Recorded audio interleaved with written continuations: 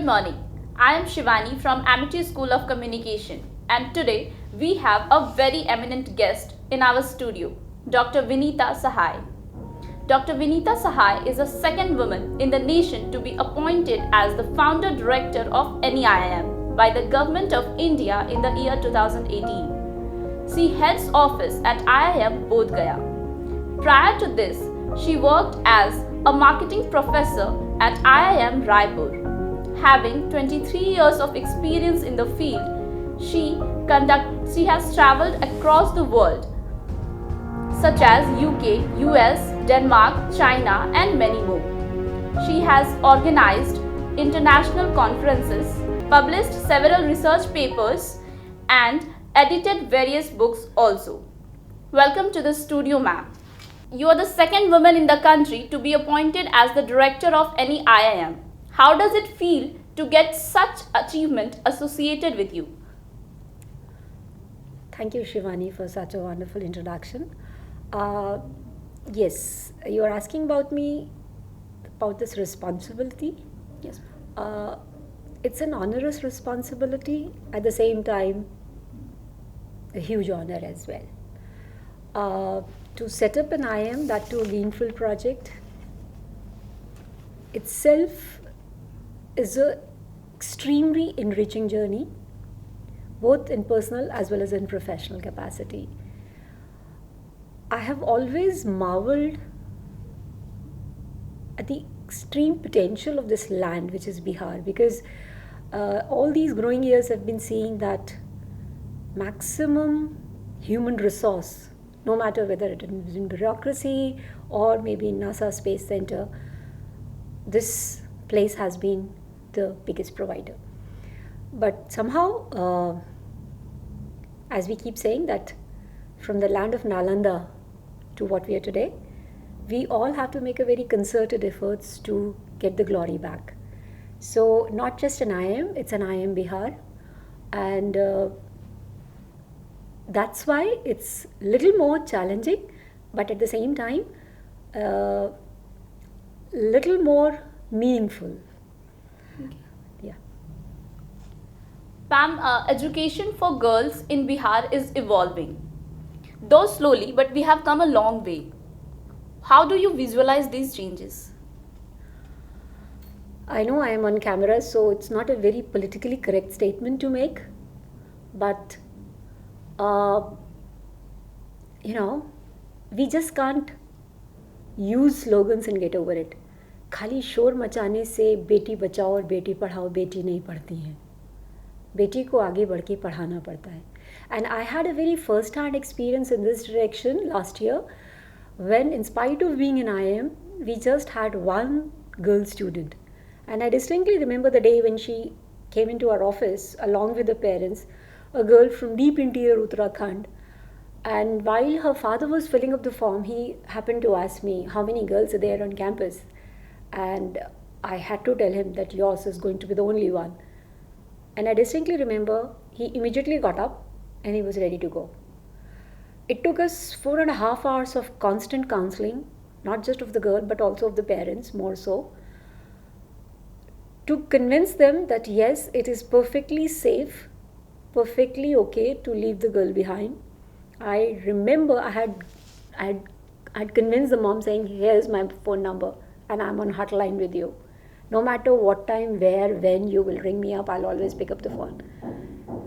And I made sure that, of course, we have all kinds of struggles which we're facing in terms of hostel capacities, all those issues are still on.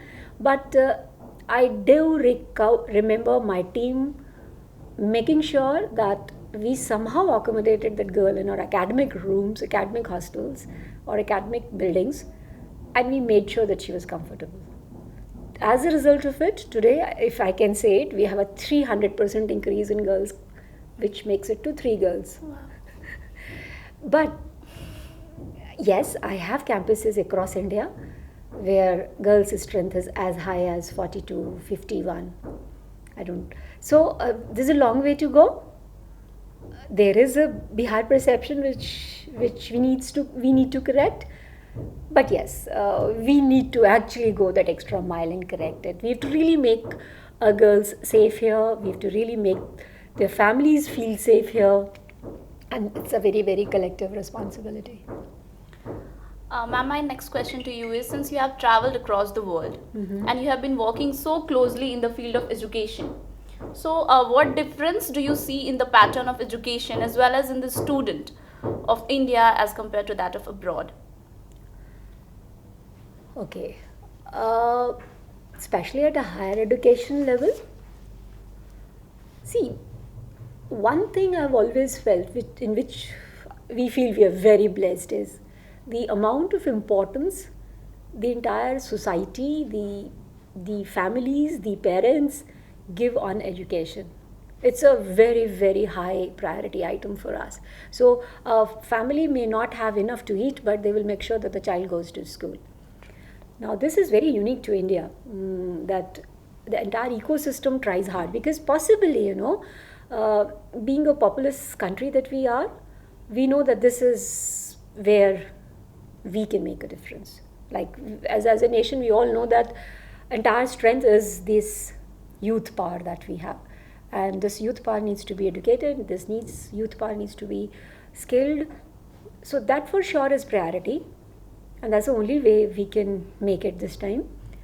So one difference, yes, there's immense support from the ecosystem, but when I look back, and